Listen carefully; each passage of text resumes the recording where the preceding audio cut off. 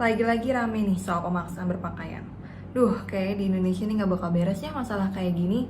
Contohnya nih yang baru aja terjadi di daerah Bantul, Yogyakarta, tepatnya di SMA Negeri 1 Banguntapan, di mana murid-muridnya ini ada yang dipaksa untuk memakai jilbab. Selengkapnya bakal dibahas di Rame nih bersama gue Iva. Model pemaksaan kayak gini sebenarnya udah banyak yang terjadi di Indonesia, bahkan berulang-ulang kali gitu kejadiannya. Contohnya itu yang di Padang, di mana murid-murid itu yang non-muslim bahkan dipaksa juga untuk memakai jilbab. Nah, ngerinya adalah mereka ini berada di institusi negeri yang notabene tuh gak berbasis agama tertentu, di mana perlu ada aturan berpakaian tertentu juga. Institusi dalam artian ada juga yang bukan murid-murid sekolah, seperti ASN, mereka juga harus dipaksa memakai jilbab. Wait. Kita di sini nggak cuma mempermasalahkan soal pemaksaan pemakaian jilbab aja, tapi juga tentang pemaksaan berpakaian secara umum, di mana kondisinya akan sama salahnya apabila ada seseorang yang dipaksa untuk melepas jilbab. Bayangin aja, kondisi ini tuh sebenarnya mirip sama larangan yang dulu pernah dibuat sama Kemendagri soal jenggot dan celana di atas mata kaki. Terus ada juga murid di Lombok tahun 2021 yang dilarang menggunakan jilbab.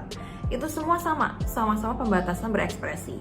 Pemaksaan seperti ini tentu bisa loh berdampak ke kesehatan mental seseorang.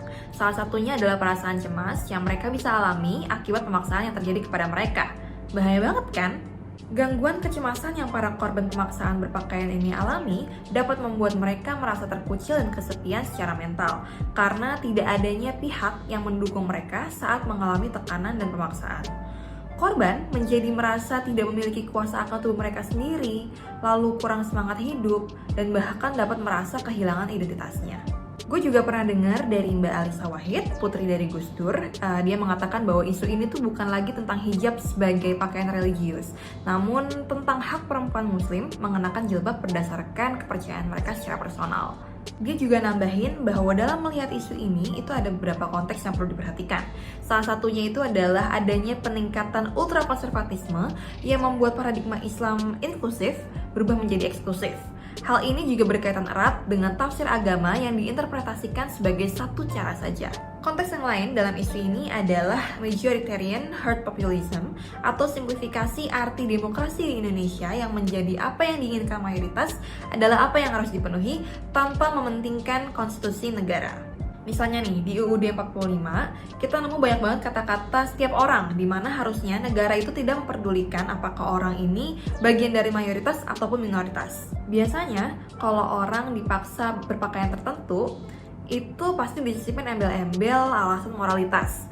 Ada juga narasi soal, nih kayak, nanti gampang diusilin loh kalau misalkan lo pakai pakaian terbuka.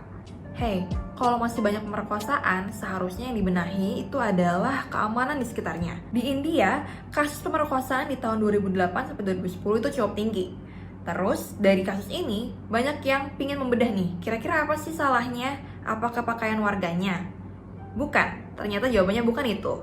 Dari riset yang dilakukan oleh University of Delhi, menyebutkan bahwa alasan utama terjadinya catcalling atau pelecehan justru karena akses ruang publik yang tidak aman. Soal berpakaian ini kompleks sih. Masih inget gak sih soal ceritanya Fashion Week awal-awal banget nih? Itu kan dulu banyak banget yang nyinyirin, katanya SCBD itu harusnya berisi orang-orang yang berpakaian bersih, rapi, wangi, branded. Salah banget statement itu. Ruang publik itu merupakan ruang yang bebas bagi semua orang untuk memakai baju sesuai dengan keinginan mereka sendiri. Lo mau pakai baju yang branded, nggak branded, mau pakai baju second, original, apapun itu, yang terpenting adalah kenyamanan dan kepuasan diri. Masa orang mau nongkrong, mau sekolah, mau ngapain kek, bajunya juga lo atur-atur. Kalau kalian ada saran tema viral menarik dan perlu kita angkat, boleh banget kamu sampaikan ke kita dengan komen di bawah YouTube video ini, atau colek kita lewat DM di Instagram @hamburger.podcast. Until next time!